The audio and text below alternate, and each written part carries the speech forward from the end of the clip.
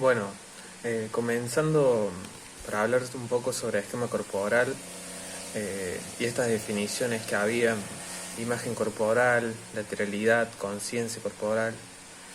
Eh, Voy a empezar por un autor que hablaba sobre el esquema corporal, que era Leboeuf, y decía que el esquema corporal es esta imagen que tenemos de nuestro propio cuerpo, ya sea en un estado de reposo o en movimiento.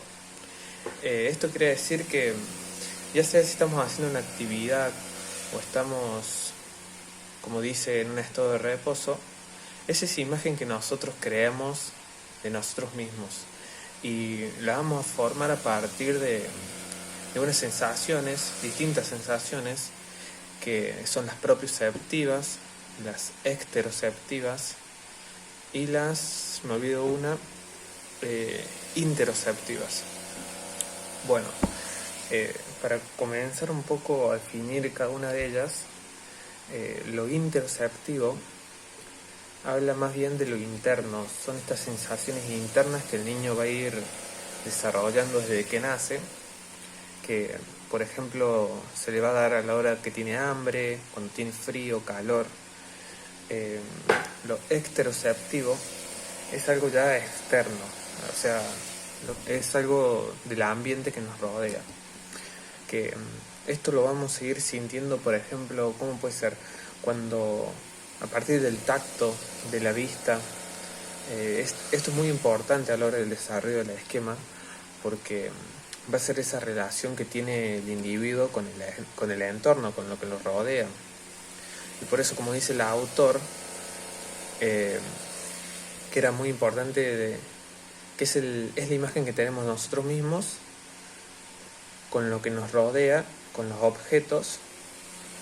Y bueno, lo propioceptivo ya es algo más, también es interno, pero está relacionado con la relajación, la contracción de los músculos, las tensiones.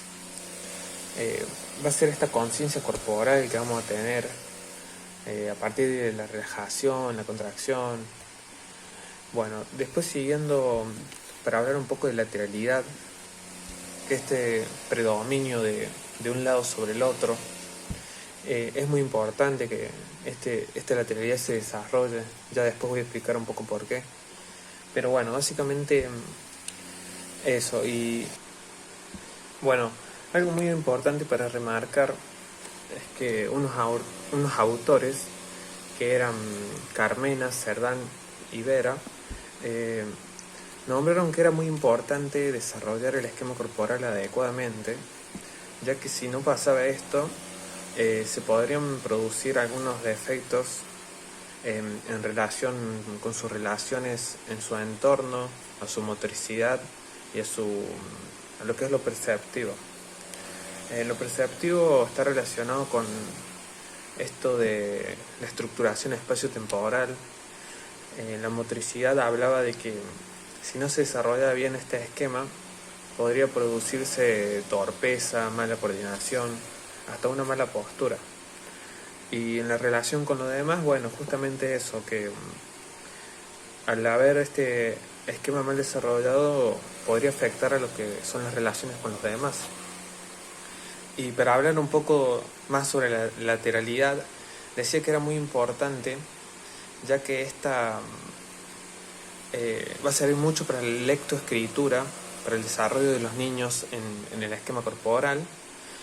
Y bueno, hay distintas lateralidades, lo que es el diestro, o sea, el que usa su lado derecho, su lado zurdo, el ambidiestro, el zurdo falso, el zurdo derecho. Y bueno, básicamente eso, pero lo más importante era remarcar que la lateralidad es muy importante desarrollarla, ya que esto nos va a ayudar al desarrollo de nuestro esquema corporal. Bueno, un poco de todo eso. Vamos a arrancar, lo que me toca a mí es definir capacidades motoras según dos autores diferentes. Igual antes quiero decir, digamos, como cuáles son. Habilidad motora tenemos correr, saltar, estabilizar, caminar. Y como una capacidad motora tenemos la fuerza, la velocidad, la flexibilidad, la resistencia, que esas son condicionales. En cuanto a las coordinativas, hablan más de la coordinación, el ritmo, la coordinación, el ritmo, el acople, la reacción. Decimos a su vez que las capacidades son innatas, ¿sí? Y las habilidades son adquiridas. Entonces ahora pasamos a ver, según lo que dice el licenciado Mario López, define la capacidad como un patrimonio en estado potencial, es decir, que lo tenemos pero lo vamos desarrollando, una posibilidad, una energía a canalizar, una predeterminación genética que se manifiesta en mayor o en menor medida según el nivel de estímulo recibido. Eso dice Mario López, la define así, a la capacidad motora. Y en cuanto, y según el italiano, bueno, es más conocido Renato Nano, nosotros también lo vimos en desarrollo motriz, dice que la capacidad motora son las condiciones motoras de tipo endógeno que permiten la formación de habilidades motoras, claro. Habla de que son la condición previa, lo previo o un requerimiento básico a partir de lo cual el hombre desarrolla sus propias técnicas, sus propias habilidades técnicas. Creo que bueno, ahí más o menos hablan de lo mismo, pero hacen hincapié en un poco distinto de las definiciones de cada uno. En cuanto a, después tenía, ¿cómo se clasifican las capacidades motoras? Según dos autores. En cuanto a la clasificación ya dijimos qué son. En cuanto a clasificación tenemos, según Santiago Ramos, tenemos condicionales y coordinativas, en realidad son estas, pero él dice que las define también como condicionales a la fuerza, la resistencia, la que dije recién, la flexibilidad, la rapidez, y las coordinativas, la coordinación, el equilibrio y la agilidad, repito, pero según Gundlach, son condicionales y coordinativas, él dice lo mismo, pero él dice que las condicionales se diferencian claramente de las coordinativas en los siguientes aspectos, y esto era algo que nosotros no habíamos visto. En cuanto a las bases funcionales que limitan el rendimiento, en cuanto a las formas de evolución según la edad, y en cuanto a las formas de evolución según el género. Y por último, en cuanto a la capacidad de entrenamiento, ¿qué capacidad de entrenamiento tenemos? Después, esos son, digamos, cómo las podríamos diferenciar o las diferentes que hay, las capacidades diferentes que hay. En cuanto a habilidades, esta la tengo junta, la hice junta en cuanto a habilidades y motor, perdón, tengo los perros ladrando. En cuanto a habilidades motoras, decimos que son adquiridas, como ya dije, a diferencia de las capacidades que son innatas. Las habilidades motoras, ¿sí?, son acciones que involucran el movimiento de los músculos del cuerpo. ¿Y qué pasa? Se pueden dividir en grandes y pequeñas. Grandes son los movimientos grandes que podemos hacer con los músculos, por ejemplo, correr. Y las pequeñas, o las chicas, las finas, que son más conocidas como finas, son acciones más pequeñas, por ejemplo, mover un objeto, agarrar un objeto. Son bien claras las diferencias que hay. Y esto tenemos tres tipos de habilidades: las locomotivas, las no locomotivas y las manipulativas. Hay un montón para hablar sobre locomotivas, no locomotivas, manipulativas. Preferimos resumir un poco y decir ejemplos de cada uno que a través de ellos ya se diferencian. Las locomotrices o locomotivas son andar, correr, rodar, ¿sí?, gatear, saltar. Como no locomotivas tenemos girar, empujar, balancearse, traccionar. Y las manipulativas, recoger, lanzar, también puede ser golpear. Hay mucho más que podríamos hablar de esta, pero no quiero hacer tan largo el audio. A ver, ahí vamos. Como para hablar un poquito más en cuanto a locomotivas, no locomotivas y manipulativas, decimos que las locomotivas son las que permiten la traslación del propio cuerpo en posición bípeda. Como hablaba recién, los ejemplos: picar sería saltar, caminar, correr. En cuanto a locomotivas, son las habilidades no contempladas en los grupos anteriores, que serían locomotivas, las manipulativas, como por ejemplo roller, trepar, suspenderse. Siguiendo con la diferencia entre capacidades motrices y habilidades motrices, concluimos con el grupo que las diferencias son que las capacidades motrices son de tipo endógenas y son innatas a todo ser humano. Estas aparecen como potencialidades y son la base y hacen de base a toda habilidad motriz. Que estas habilidades motrices, como por ejemplo correr, saltar, lanzar, son gestos y habilidades justamente que se adquieren a lo largo del tiempo si se tuvo la estimulación. Que esta estimulación, si es abundante y variada, estas habilidades se van a comenzar a aprender como simples y van a pasar a ser, si se trabajan, complejas y especializadas, con la factibilidad de poder automatizarse. Hablando de las capacidades motrices del ser humano se dividen en condicionales y coordinativas. Las capacidades condicionales tienen que ver con un término más cuantitativo porque se miden en cantidad y están reguladas por diversos sistemas, como el sistema energético, el sistema metabólico del cuerpo humano, el sistema osteoarticular, que van a determinar la fuerza, la velocidad, la resistencia y la flexibilidad del ser humano como capacidades condicionales. Definiéndolas brevemente, estas capacidades condicionales se podrían definir como, por ejemplo, la fuerza se define como la capacidad que tiene todo ser humano de, a través de la tensión muscular, poder oponerse, vencer o soportar hasta cierto punto una resistencia externa. Otra capacidad motriz condicional es la velocidad, la cual es la capacidad del ser humano de, a través de una alternancia entre contracción y relajación muscular, realizar movimientos en el menor tiempo posible. Luego aparece la resistencia como otra capacidad condicional del ser humano, y es la capacidad de resistir a alguna fatiga que se produzca en ya sea una actividad física, en una tarea motriz, en un movimiento, etc. Y por último, la última capacidad de este tipo condicional es la flexibilidad para nosotros.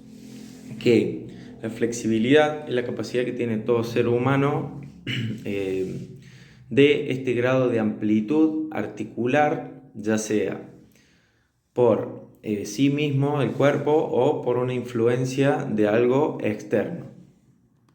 Siguiendo con capacidades, aparecen las capacidades coordinativas, las cuales, a diferencia de las condicionales, se miden en un término más de calidad, de cualitativo. Y estas regulan y direccionan todos los tipos de movimientos que realiza un ser humano.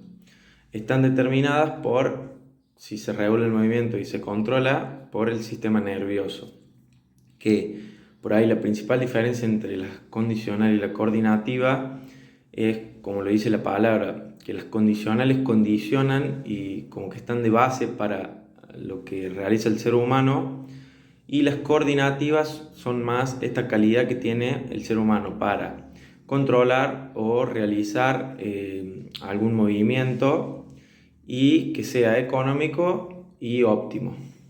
Las capacidades coordinativas se clasifican en, primero, generales o básicas, las cuales son dos: capacidad de regulación del movimiento y capacidad de adaptación del organismo.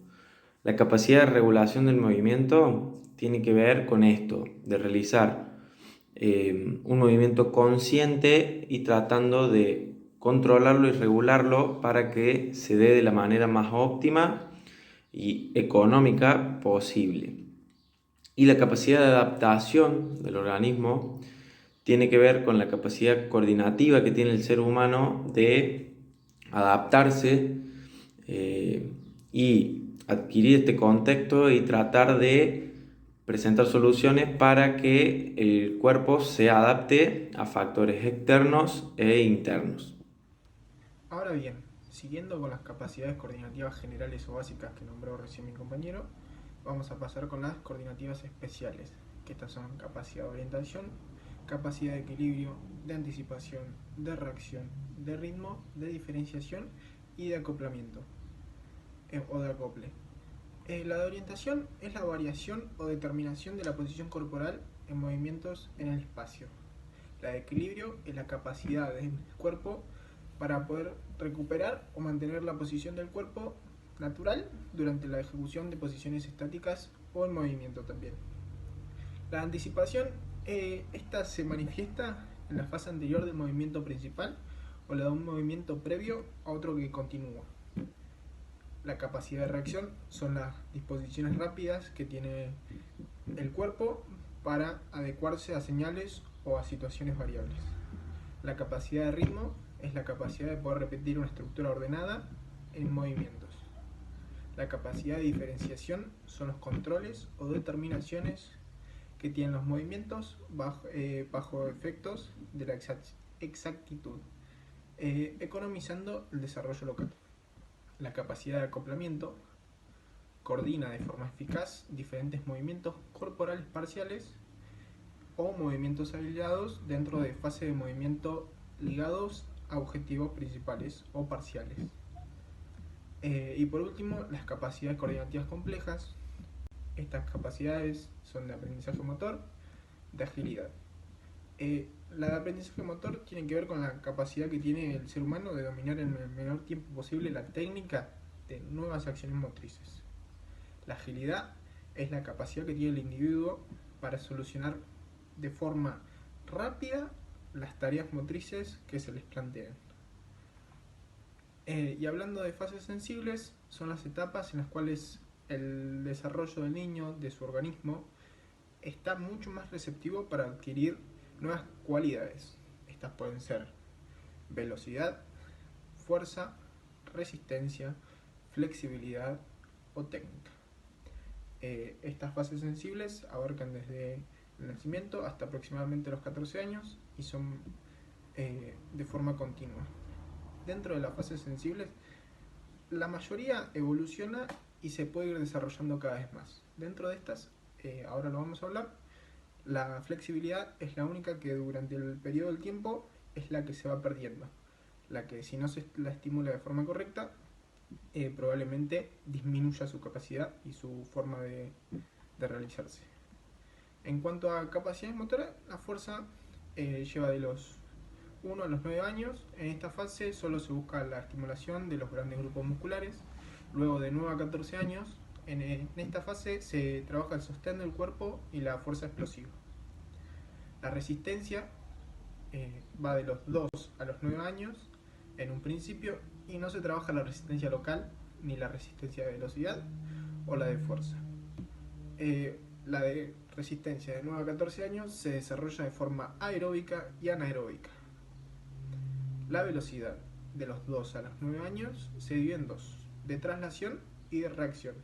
De traslación quiere decir las carreras de velocidad simple, relevos o persecuciones.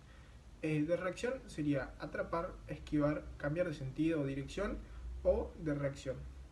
La velocidad de 9 a 14 años también se divide en dos: de traslación, que siguen siendo carreras de velocidad simple, ejercicio de reacción, acoples inmediato, carreras de atletismo individuales y de relevos. Y de reacción serían las reacciones aplicativas a técnicas deportivas. Dribles de velocidad con cambios, por ejemplo. La flexibilidad, bueno, como lo decía, de los 2 a los 9 años, la elongación y la movilidad articulares se estimulan, y la flexibilidad de 9 a 14 años sigue trabajando la elongación muscular y el movimiento articular, pero de forma analítica para contrarrestar la natural pérdida.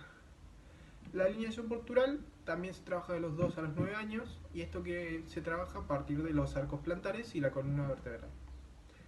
Yendo a esquema corporal, que es lo que habló Franco de Le Bouch en un principio, en la primera etapa es hasta los 3 años y es sobre el cuerpo vivido, su comportamiento global, la conquista del esqueleto, su yo, vendría a ser a través de la experiencia global y la reacción que tiene para con el adulto. El adulto totalmente cuida de ese niño. Segunda etapa de discriminación perceptiva, de 3 a 7 años. Este desarrollo es progresivo de la orientación del esquema corporal. es capaz de dirigir su atención sobre su totalidad del cuerpo y sobre los segmentos de su cuerpo. Como tercera etapa es del cuerpo representado, de 7 a 12 años, se consigue una independencia funcional y segmentaria y una autoevaluación de los segmentos. Es una conquista de su propia autonomía. Y la relación que fuimos encontrando durante todo este video y todo lo que fuimos charlando con mis compañeros fue que realizando las actividades en las cuales hablamos de desarrollo sobre la persona implica particularidades determinadas, cosas que se ligan en su mayor parte con la cognición y otras que se determinan de acuerdo a los estímulos que recibe. En tales etapas sensibles, una particularidad es que aunque estén dirigidas con especificidad de movimiento, siempre va a abarcar otras capacidades, pero en menor medida. Siempre se abarca de forma general, aunque esté dirigido. Estas capacidades entre sí están fuertemente ligadas y forman parte de la forma física del individuo.